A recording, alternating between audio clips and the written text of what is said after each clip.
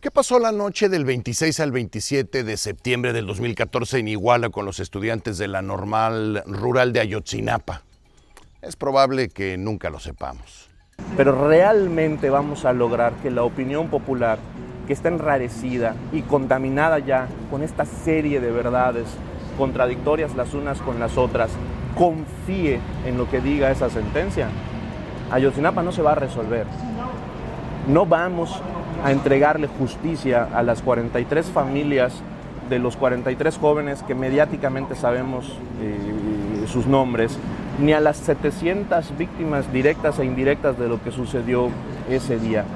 A 8 años de lo sucedido existen ya 3 versiones diferentes, empezando por la famosa verdad histórica por la que, por cierto, hoy el exprocurador Jesús Murillo Caram está encerrado.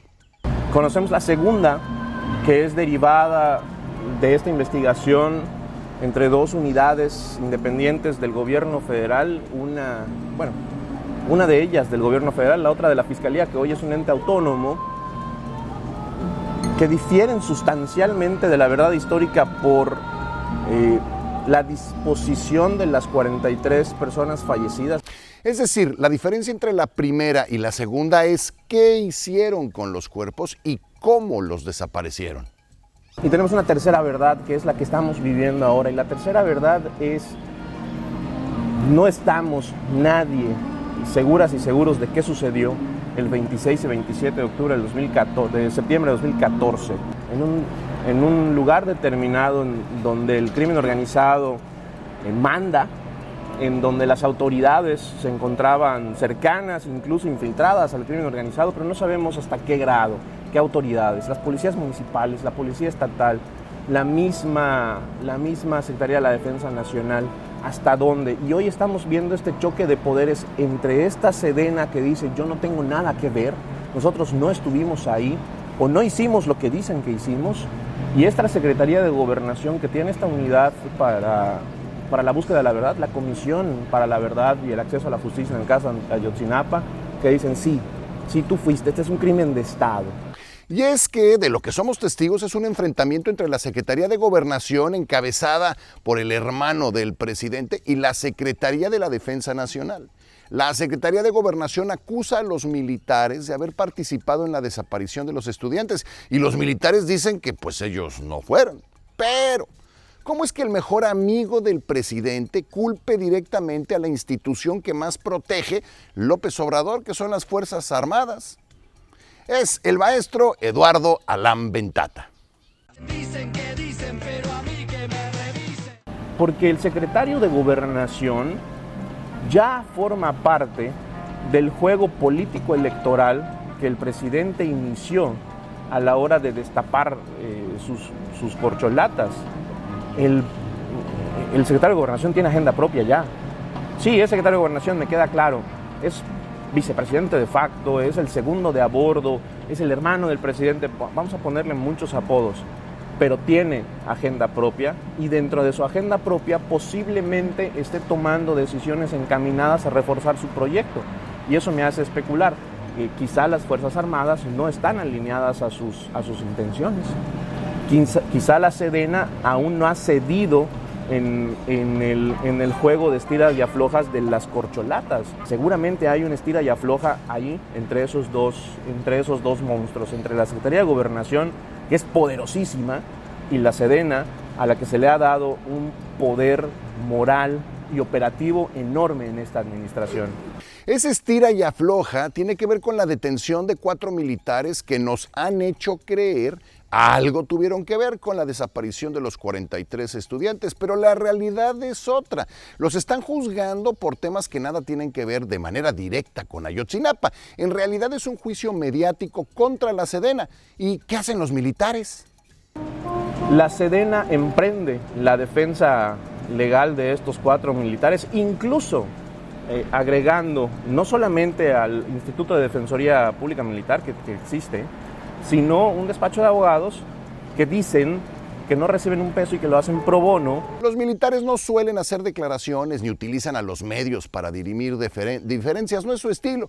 Defenderán a los suyos con todo, y tienen cómo hacerlo. Pero ¿para qué necesitan entonces abogados civiles?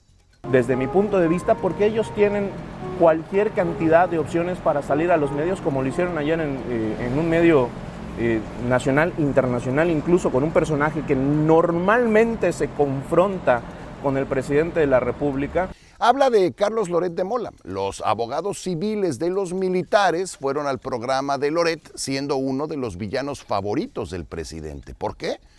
Pues porque los militares no hacen mediáticos sus problemas. Pero en este caso, en el que Gobernación nos hace creer a todos que están juzgando a militares por lo de Ayotzinapa, siendo mentira, necesitan defenderse mediáticamente y teniendo abogados civiles, pues se pueden defender en público. Estos 4 militares están siendo juzgados penalmente. Los abogados decían, oigan, quitémonos de la mente que nuestros representados tienen algo que ver con Ayotzinapa. En las imputaciones que se les hacen no hay nada respecto al caso Ayotzinapa. Quien los entrevistó les dice, bueno, ¿y por qué están siendo juzgados?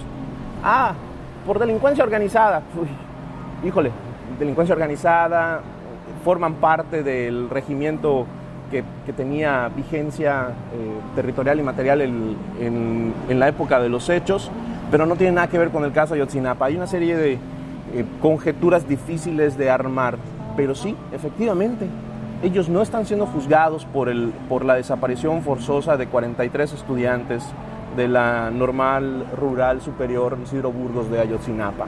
Nosotros estamos juzgándolos mediáticamente por el caso Ayotzinapa y los jueces lo están haciendo por delincuencia organizada. Pero no ha sido la única vez que han culpado militares por lo sucedido. Cuando llegó la administración de López Obrador, se crearon 2 unidades de investigación para el mismo caso. Una estaba en la Secretaría de Gobernación con Alejandro Encinas y la otra en la Fiscalía General de la República, encabezada la investigación en ese entonces por el ahora despedido Omar Gómez Trejo. Y ambas instituciones de reciente creación empiezan a trabajar en paralelo, incluso a intercambiar información. Llega el momento en el que 4 años pasados, Omar tiene ya un caso. En ese momento empiezan a haber tensiones al interior de la propia fiscalía y Omar recibe presión para imputar de primera mano a Murillo Karam, procurador en aquel entonces, 2014, general de la República. Y lo hace a mediados del mes de agosto.